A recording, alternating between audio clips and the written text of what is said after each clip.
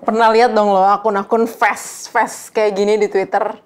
Lo mungkin gak bener-bener tahu ya akun ini tuh akun apaan. Tapi tipikal akun tanya jawab kayak gini sering banget viral. Ini yang namanya akun manfest atau mention confess. Anjir, gue juga baru tahu tuh ada istilahnya. Konsepnya ini lo bisa kirim pertanyaan secara anonim ke akun Twitter atau base yang sesuai sama topik pertanyaan lo. Terus orang-orang random nanti bakal jawab-jawabin pertanyaan lo. Sebenarnya kayak saling sharing aja sih, tapi gara-gara anonim kali ya, jadi banyak pertanyaan yang bikin lo sampai gak bisa berkata-kata lagi, dan jawaban-jawaban solusi orang-orang di replies juga bikin lo... Di part 1, kan kita udah bahas kalau mikir yang bener itu harus memenuhi 8 kriteria orang intelek. Kemarin kita baru bahas 4 nih.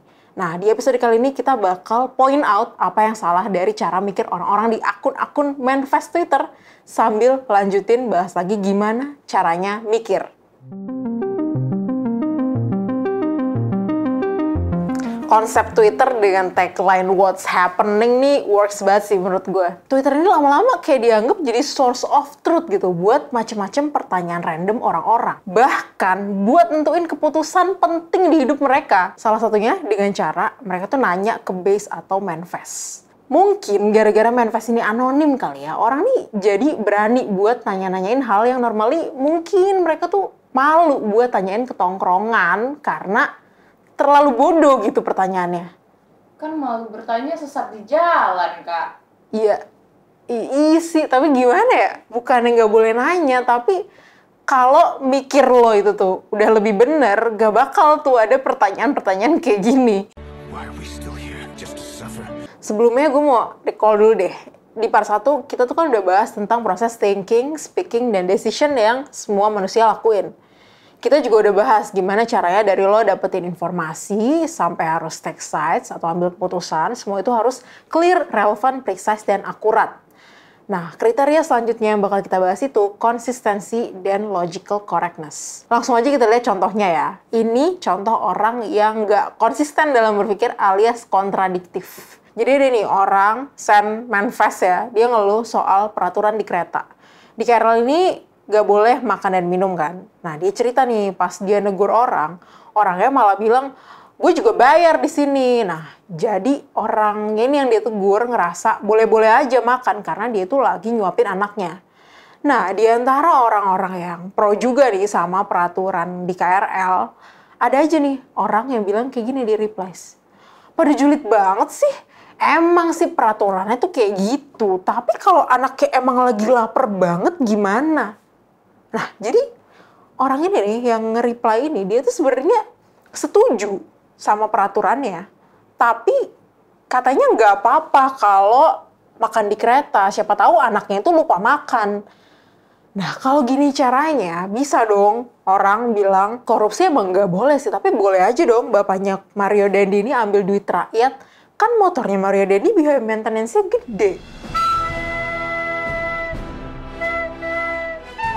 Poinnya lo tuh gimana? Lo tuh mesti konsisten kalau ngebangun argumen.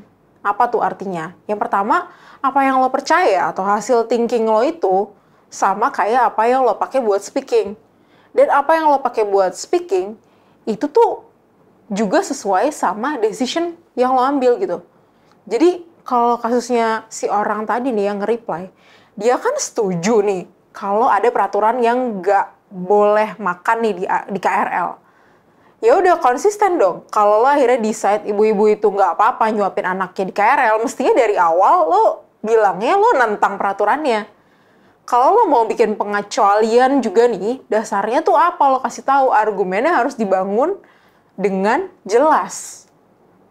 Gitu. Oke, selanjutnya tentang logical correctness. Nih, ada yang nge-tweet kayak gini. Sender belum dapat kerja. Suka maksiat, kecanduan porno, suka bohongin ortu, dan lagi susah banget dapat kerja. Udah coba minta maaf sama ortu, udah tobat, tapi masih belum dapat kerja juga. Oke, pertama gue mau tanya dulu, menurut lo logis nggak nih pernyataannya dia? Nah, gimana cara tahu logis atau nggak logisnya? Buat tahu suatu pertanyaan itu logis atau enggak, itu dilihat dari benar atau salahnya si orang ini dalam menarik kesimpulan berdasarkan premis-premis atau pernyataan yang ada.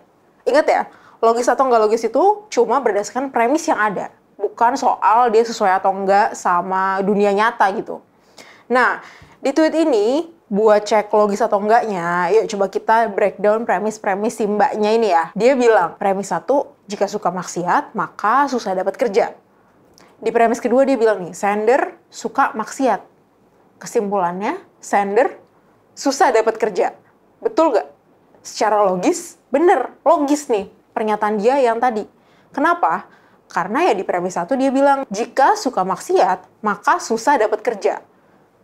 Sekarang dia ini suka maksiat. So, kesimpulannya dia susah dapat kerja. Atau dengan kata lain, berdasarkan premis ini, kalau orang itu tuh nggak susah dapat kerja, maka orang itu nggak suka maksiat. Tapi terus dia ngelanjutin lagi kayak gini, dia bilang, sekarang dia ini udah nggak maksiat lagi. Ini di update-nya, dia tuh sekarang udah nggak maksiat lagi. Terus dia narik kesimpulan, harusnya dia dapat kerja dong. Kok masih susah juga dapat kerja padahal udah nggak maksiat? Nah, di situ logikanya fail. Kenapa? Coba, gue pengen jelasin tapi pakai konteks lain nih. Misal, premis yang pertama nih, jika hujan, maka jalanan basah. Premis kedua, keadaannya itu hujan. Kita bisa tarik kesimpulan dari premis 1 dan 2 itu kan. Jika hujan, maka jalanan basah. Keadaannya hujan. Kesimpulannya jalanan basah. Bener kan? Alias kalau jalanan enggak basah, ya nggak ada tuh hujan.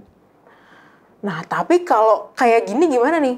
Jika hujan, maka jalanan basah. Di premis kedua, enggak hujan. So, kesimpulannya apa? Nah, di sini orang tuh banyak nyimpulin kalau enggak hujan ya jalanan enggak basah. Padahal itu tuh enggak valid. Dari premis-premis tadi, nggak bisa tuh ditarik kesimpulan kayak gitu. Yang benar secara logika adalah kalau enggak hujan, sebenarnya lo nggak bisa tarik kesimpulan apa-apa. Karena yang baru lo tahu, kalau hujan itu jalanan basah.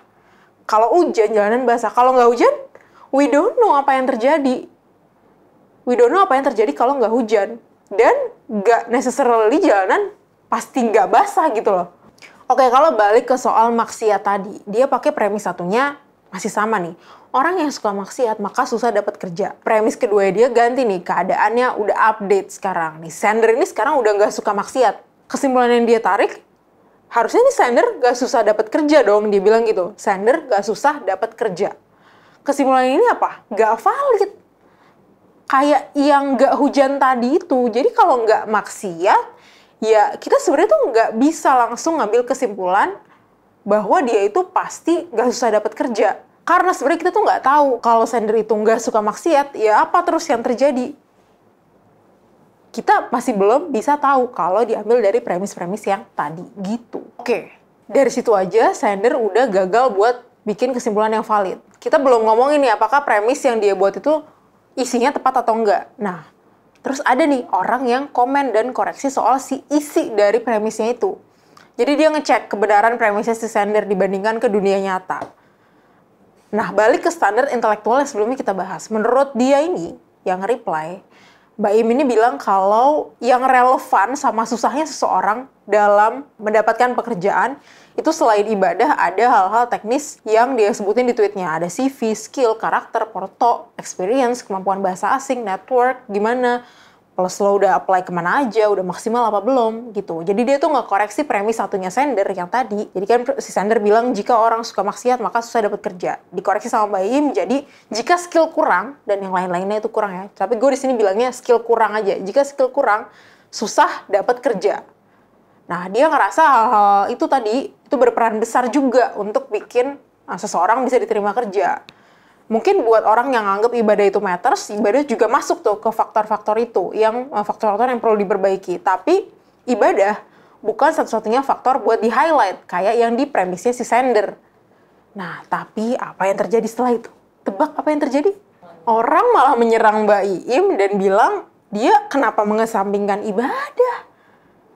Netizen-netizen ini gagal buat ngelihat perspektif lain dari premis yang si sender itu tadi bikin. Ditambah lagi penarikan kesimpulan si sender itu kan nggak logis, tapi malah disetujuin sama netizen-netizen. Udah gitu disupport lagi sama argumen-argumen soal agama-agama, jadilah terkesan si Mbak Im ini absolut salah. Maksud gue gimana ya, kan nggak semua orang value beragamanya sama nih kayak lo. Lagian si Mbak Im ini kan cuma ngekoreksi premisnya doang gitu. Ya mungkin Mbak Im mesti belajar berkomunikasi lagi ya secara lebih clear supaya tidak disalahpahami sama orang-orang yang masih kurang bisa mikir.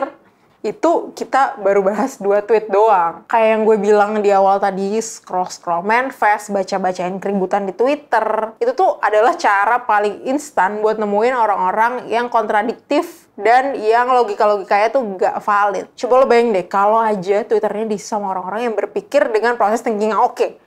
Speaking sama decision yang keluar, pasti bakal bermutu. Mungkin bisa jadi kita udah gak nyebut-nyebut lagi tuh ribut-ribut di Twitter. Mungkin kita bakal sering nyebutnya diskusi di Twitter. Terus kita bakal bisa langsung fokus ke ngasih solusi yang efisien buat masalah-masalah yang orang-orang tanyain gitu. Nggak perlu lagi tuh berusaha-susah saling ngebenerin isi otak masing-masing. Tapi ya gitulah ya. Kayak yang udah gue pernah bilang juga, mikir itu tuh butuh dilatih. Orang yang bisa mikir nggak terjamin kalau dia tuh selalu bebas dari kebodohan. Ini tuh bukan pil sekali minum yang bisa nyembuhin kebodohan, tapi paling nggak ya kita bakal gak parah-parah amat lah. Ya udah gitu dulu deh. Kita masih perlu bahas 2 standar intelektual lagi di next episode. Bye.